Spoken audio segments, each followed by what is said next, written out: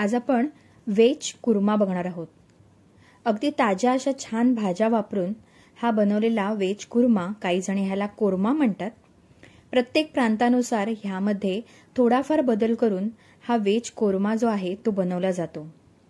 तर जर तुम्ही उत्तर भारतामध्ये गेलात तर ह्यामध्ये अगदी बेसिक मसाले म्हणजे कांदा, त्याचबरोबर टोमॅटो आणि आंबटपणासाठी दही आणि नट्स म्हणजेच काजू ह्याचा वापर करतात। तर दक्षिण भारतामध्ये ह्यामध्ये नारळाचा वापर करतात। मी सुद्धा अगदी साधा पण अगदी चविष्ट आणि सुगंधी असा हा व्हेज कोरमा आणि त्यासोबत पुरीचा बेत केलाय। चला, हॅलो फ्रेंड्स, मी रश्मी तेंडुलकर आणि तुम्ही पाहत आहात अमेझिंग रेसिपीज।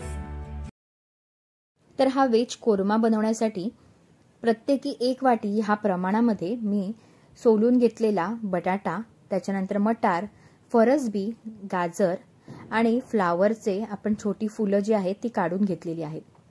तुम्ही तुमच्या आवडीप्रमाणे ह्यामध्ये भाज्यांचं प्रमाण जे आहे ते कमी जास्त आवडीप्रमाणे करू शकता।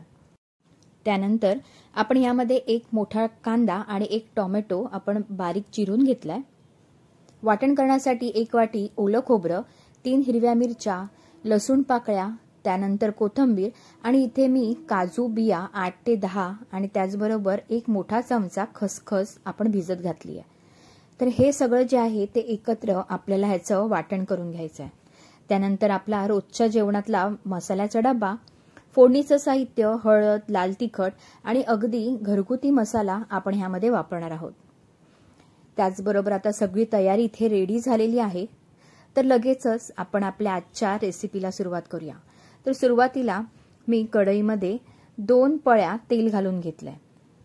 ह्या भाजीला थोडंसं तेल तुम्ही जास्तही वापर करू शकता, पण आपण सगळ्या भाज्या ज्या आहेत त्या वाफवून ह्यामध्ये घालणार आहोत, त्यामुळे तेलाचा तसा बेताचा वापर केला तरीही चालेल। रोजच्या फोडणीप्रमाणेच आपण तेलामध्ये मोहरी, जिरं आणि त्यानंतर हिंग घातलंय।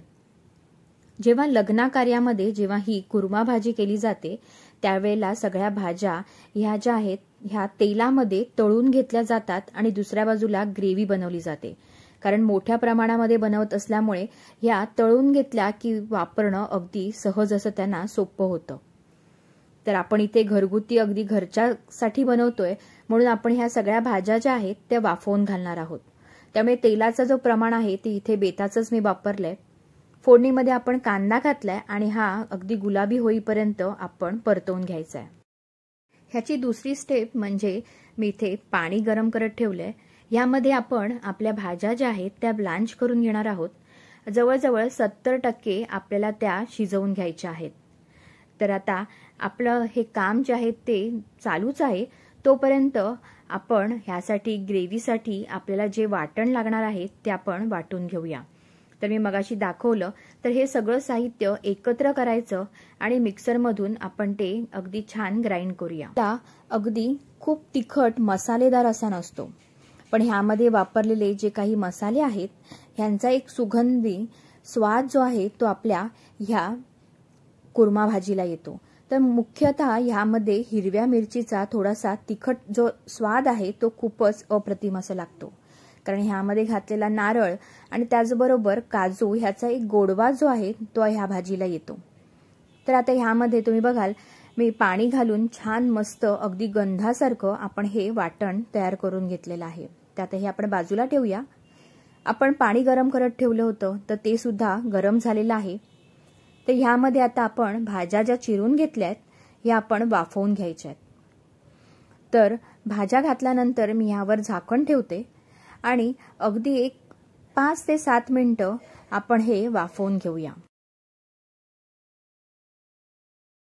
हिवाळ्यामध्ये खास करून ह्या सगळ्या भाज्या अगदी ताज्या आणि स्वस्त दरामध्ये उपलब्ध असतात, त्यामुळे हिवाळ्यात ही रेसिपी नक्कीच करून बघा। तर यावरती झाकण ठेवून आपण हे थोडंसं वाफ काढून घेऊया। तोपर्यंत दुसऱ्या बाजूला आपला कांदा सुद्धा जो आहे तो मऊ झालाय। यामध्ये 1 बारीक चिरलेला टोमॅटो आपण ऍड करणार आहोत आणि व्यवस्थित परतवून घेणार आहोत। आणि नेहमीप्रमाणेच आपला टोमॅटो आणि कांदा हा मऊ होण्यासाठी सगळ्यात आधी आपण ह्यामध्ये थोडंसं मीठ ऍड करूया, म्हणजे मिठामुळे कांदा आणि टोमॅटोला पाणी सुटेल आणि आपला छान असा कांदा आणि टोमॅटो इथे एकजीव होईल। तर आता हे थोडंसं 2 मिनिटं परतवून घ्यायचं आणि त्यानंतर ह्यामध्ये आपण आपले घरातले बेसिक जे मसाले आहेत ते आपण इथे वापरणार आहोत. बऱ्याच ठिकाणी ह्यामध्ये तुम्ही बघाल तर काही जण बडीशेप घालतात. तर तुम्हाला जर बडीशेपचा स्वाद आवडत असेल तर तुम्ही ह्यामध्ये वाटण वाटतानाच थोडीशी बडीशेप घालू शकता, किंवा काही जणांना दालचिनीचा स्वाद सुद्धा आवडतो तर दालचिनी, मिरी ह्या गरम मसाल्यांचा तुम्ही वापर करू शकता. माझ्या घरी जो तयार मसाला आहे ह्यामध्ये गरम मसाल्याचं प्रमाण आधीच जास्त आहे, त्यामुळे मी वरतून ॲडिशनल हे खडे मसाले ह्यामध्ये वापरलेले नाहीयेत. तुम्ही तुमच्या आवडीप्रमाणे ह्यामध्ये ह्या मसाल्यांचा वापर करू शकता. ही भाजी तुम्हाला मी म्हटल्याप्रमाणे खूप जास्त मसालेदार नसते, पण ती स्वादिष्ट असते. त्यामुळे आवडीप्रमाणे ह्यामध्ये मसाल्यांचं प्रमाण कमी जास्त तुम्ही करू शकता. तर आता इथे आपल्या भाज्या ज्या आहेत त्या छान त्याला उकळी आली आहे पाण्याला. आपल्याला ह्या पूर्णपणे म्हणजे 100% कुक करून घ्यायच्या नाहीयेत. तर ह्यामध्ये मी थोडंसं चवीपुरतं मीठ घालते. आपण भाजीमध्ये म्हणजे त्याला व्यवस्थित भाज्यांना मीठ सुद्धा लागेल. तर ह्यावरती आता पुन्हा झाकण ठेवून पुन्हा 5 मिनिटं हे मी वाफवून घेणार आहे. आपला कांदा टोमॅटो सगळ्या छान मसाल्यांबरोबर व्यवस्थित परतला गेलाय. आता ह्यामध्ये आपण तयार करून घेतलेलं जे वाटण आहे ते आपण ह्यामध्ये घालून घ्यायचंय. बाकीच्या मसाल्यांबरोबर अगदी 5 मिनिटं आपल्याला हे व्यवस्थित परतवून घ्यायचंय. आता तुम्हाला ह्याचा रंग थोडासा फिका वाटत असेल, पण ह्या मसाल्यांबरोबर जेव्हा हे वाटण आपल्याला व्यवस्थित परतवून घेतल्यानंतर ह्याचा व्यवस्थित असा ब्राऊन रंग जो आहे हा येईपर्यंत आपल्याला म्हणजे त्याचा खमंगपणा येईपर्यंत आपल्याला हे परतवून घ्यायचं आहे. कारण आपण ह्यामध्ये वापरलेलं लसूण त्याचबरोबर खोबरं हे कच्चं आहे. तर आता तुम्ही 5 ते 7 मिनिटांनंतर बघाल आपल्या ग्रेव्हीला छान ब्राऊन असा रंग आलेला आहे. म्हणजे आपलं वाटण आणि हे मसाले जे आहेत ते अगदी व्यवस्थित परतले गेलेत. आता आपल्याला ह्यामध्ये उकडवून घेतलेल्या ज्या भाज्या आहेत यामध्ये ऍड करायच्या आहेत. तर एकदा चेक करून घेऊया. आपल्या भाज्या ह्या शिजलेल्या आहेत. अगदी थोडीशी कसर जी आहे ती आपण बाकी ठेवायची आहे, म्हणजे आपल्या मसाल्यांबरोबर पुन्हा एकदा ह्या भाज्या ज्या आहेत त्या आपण शिजवणारच आहोत. तर आता ह्यातलं पाणी जे आहे ते आपण काढून घेऊया, म्हणजे गाळून ह्या भाज्या ज्या आहेत ह्या आपल्या ग्रेव्हीमध्ये आपण ऍड करूया. जसं तुम्ही उत्तर प्रदेशात जाल तर तिकडे ह्या कुर्मामध्ये दह्याचा वापर केला जातो, त्यामुळे ह्याला थोडासा आंबट असा स्वाद असतो. तर तेच जर तुम्ही दक्षिण भागात जाल तर तिकडे ह्या भाजीमध्ये नारळाचा वापर केला जातो आणि फोडणीमध्ये कढीपत्ता वापरला जातो. त्यामुळे नारळाचा गोडवा जो आहे तो ह्या भाजीला येतो. तर आणि मी ज्या पद्धतीने बनवतेय त्यामध्ये टोमॅटोचा आंबटपणा आणि नारळ त्याचबरोबर ह्यामध्ये घातलेली काजूची पेस्ट ह्याचा जो आहे तो सुद्धा स्वाद गोडवा ह्या भाजीला येणार आहे. तर आता हे ज्या पाण्यामध्ये आपण भाज्या उकडवून घेतल्या होत्या हेच गरम पाणी आपण ह्या भाजीमध्ये घालायचंय. भाजीमध्ये आपल्याला थंड पाण्याचा वापर करायचा नाहीये, कारण त्यामुळे काय होतं, भाजीची जी कुकिंग प्रोसेस आहे ती थांबते आणि भाजीची टेस्ट जी आहे ती बिघडू शकते. तर यामध्ये आपण हे गरम पाणी घातलेलं आहे. आता थोडंसं अजून हे दाटसर वाटतंय, म्हणून बाकीचं उरलेलं जे पाणी आहे ते सुद्धा मी ह्यामध्ये घालून घेणार आहे. भाज्या आपल्या शिजण्यासाठी पुन्हा एक 5 ते 7 मिनिटं आपण ह्याला वेळ देणार आहोत. त्यामुळे भाजी तुम्हाला जर ही आत्ता जास्त पातळ जरी वाटली असती तरी ह्यामध्ये एक 5 ते 7 मिनिटांनंतर ह्याला दाटसरपणा येतो, कारण ह्यामध्ये आपण नारळ वापरलाय आणि त्याचबरोबर काजूच्या पेस्टमुळे सुद्धा ह्याला दाटसरपणा येणार आहे. तर आता आपण ह्याला छान उकळी येण्यासाठी एक पुन्हा 5 मिनिटं आपण हे झाकून शिजवून घ्यायचंय, म्हणजे सगळे जे मसाले आहेत यामध्ये आपल्या भाज्या शिजल्या जातील आणि एक छान टेस्ट जी आहे ती आपल्या भाजीला येईल.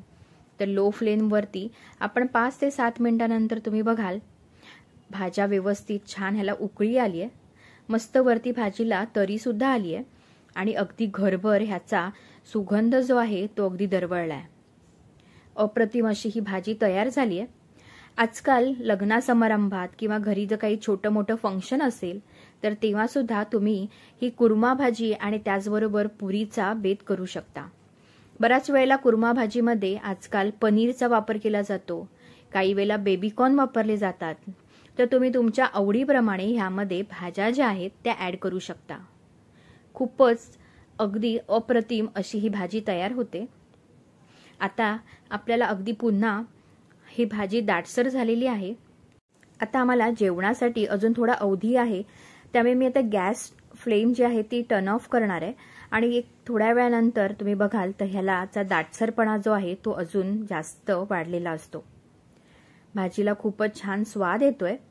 आता ह्यावरती मी कोथिंबीर घालून घेते आणि गॅस बंद करून ही मी भाजी जी आहे ही झाकून ठेवणार आहे आणि जेवायच्या आधी गरमागरम ही तुम्हाला मी दाखवते।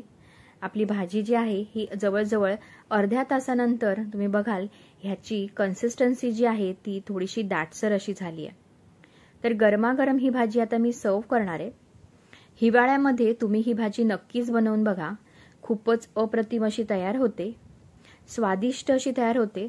आणि तुम्हाला जर माझी ही आजची रेसिपी थोडी जरी आवडली असेल ना तर नक्की लाईक करायला विसरू नका आणि जर चॅनलवर नवीन असाल तर सबस्क्राईब करायला नक्कीच विसरू नका।